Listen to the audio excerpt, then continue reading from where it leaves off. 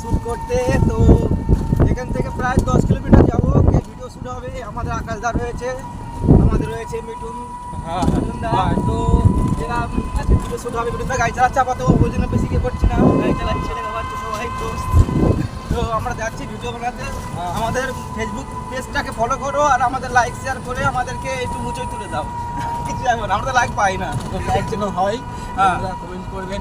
আর তোমরা দেখা পাচ্ছ আমাদের मेरे दिल ने किए तुझे लाखों सलाम।